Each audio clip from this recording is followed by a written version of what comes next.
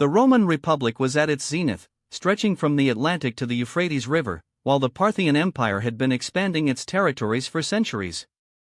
A lasting peace treaty had been established in 96 BCE, but tensions continued to simmer beneath the surface.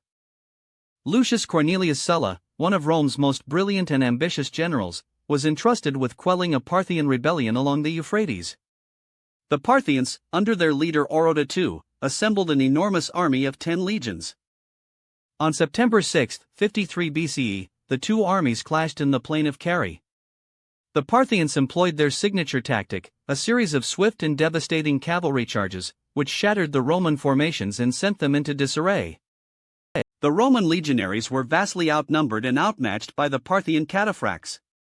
Despite initial successes against the Parthian archers, the Roman infantry was ultimately unable to withstand the onslaught of cataphracts. The immediate consequences were severe. Roman control over Mesopotamia and the Euphrates River Valley was lost, and their influence in the Near East was severely diminished. The Parthians expanded their territories, absorbing several neighboring kingdoms. Carrhae marked a turning point in Roman-Parthian relations, with Rome never fully recovering from this defeat. The battle also demonstrated the superiority of Parthian cavalry tactics against heavily armored infantry formations. Sulla's reputation was irreparably damaged, and he would eventually be forced into exile. The Battle of Carrhae remains one of the most significant and enigmatic battles in history, its legacy echoing through the annals of time.